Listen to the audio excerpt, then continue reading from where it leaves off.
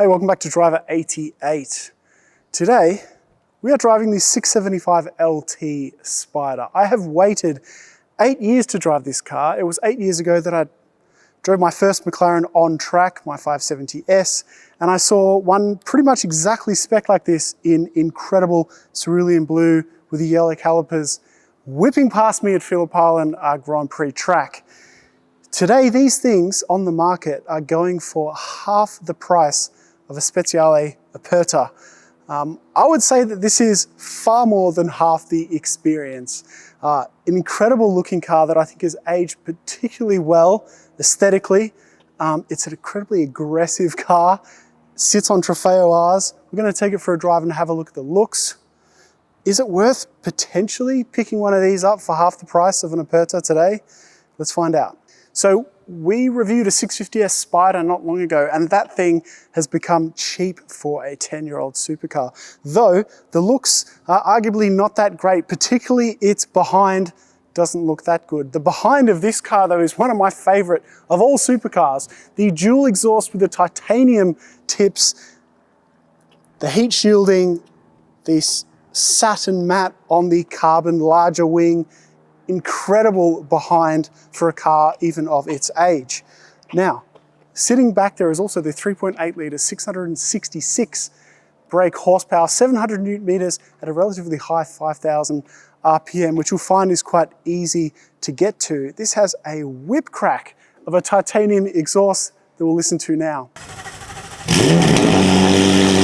Now the interior of the 675 LT, of course, we have the buckets with the grey. It's the right amount of subtlety here. These are not easy to get in and out of. The 765 and the 570s are a bit easier to get in and out, but you are certainly closeted in. Turning it on.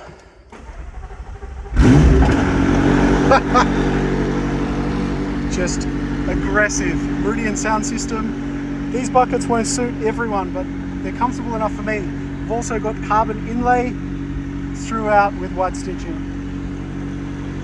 Spider, if you were to look at a McLaren, I always recommend get a Spider because you lose so little in terms of the weight distribution and you gain so much more with listening to this twin turbo V8, which only really comes alive at the high RPM, and that's when you'll hear it. The coupes are kind of a bit more insulated. I think these things are incredibly underrated in today's market. I can see why. The elephant in the room, I guess, is a mixture of the McLarens, not the best reliability standards, but I can tell you that it does vary very much car to car.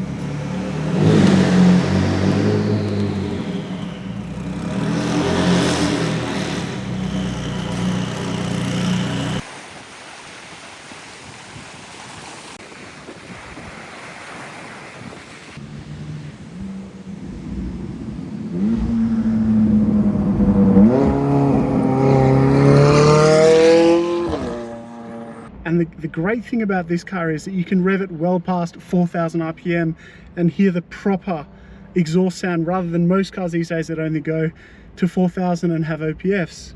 Not the 675 LT.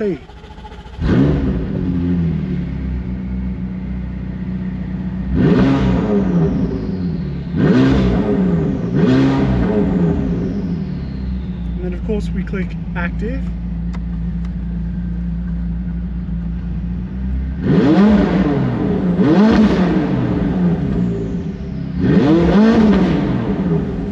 Unbelievable sound.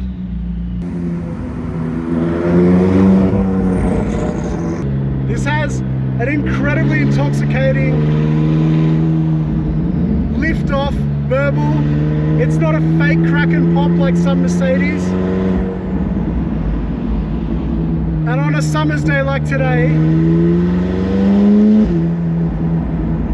there's that inertia push with the gearbox. But the beautiful thing about this is like all McLarens, it handles the bumps quite well. Much better than a McLaren P1, which I have driven these roads as a passenger in a P1 before. It doesn't bounce around too much, particularly just in your sports mode. But my God, is this an exciting car to drive. The titanium exhaust just adds so much. It's not raving like an NA, but it has all the enjoyment even without having 9,000 RPM, 8,500 RPM I think is enough.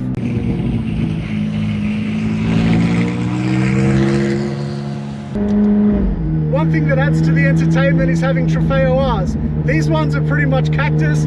I've almost unalived myself with the Trofeo Rs in a 720S, so you got to be a bit careful, but that almost adds to the experience.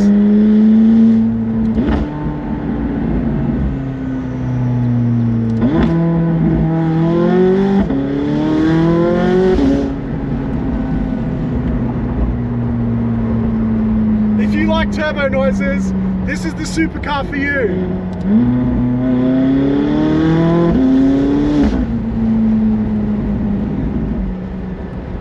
This will put a smile on your face no matter what sort of driver you are. Even those that love manual gearboxes so much. One of the things I love about McLarens, as I said, is the duality of them. They're as at home on a beachside road like this as on the track.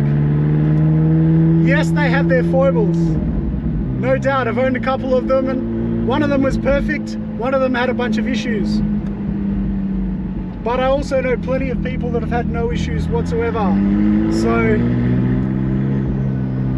I still just think it's hilarious that this is half the cost of a Speciale Aperta.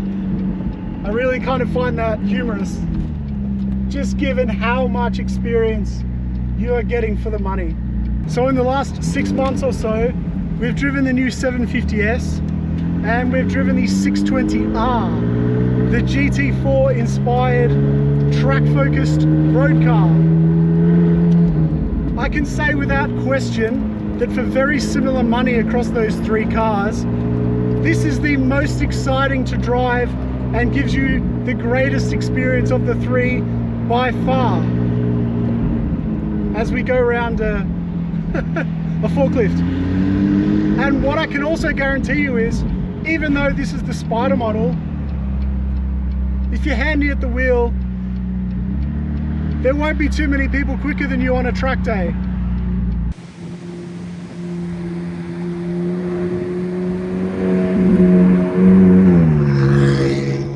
So the verdict on the 675 LT Spider. Not only is this worth way more, I think, per dollar than the Speciale Aperta, I would pick this over almost any McLaren you can buy today outside of a 765 LT Spider. It is just an incredible experience. Looks, sound. It does miss out on some ergonomics than the newer McLarens, but the whole point of buying a supercar is being excited and getting your heart rate up, and that's what this car does on the track or the street. I love it. This is Driver 88. We'll see you next time.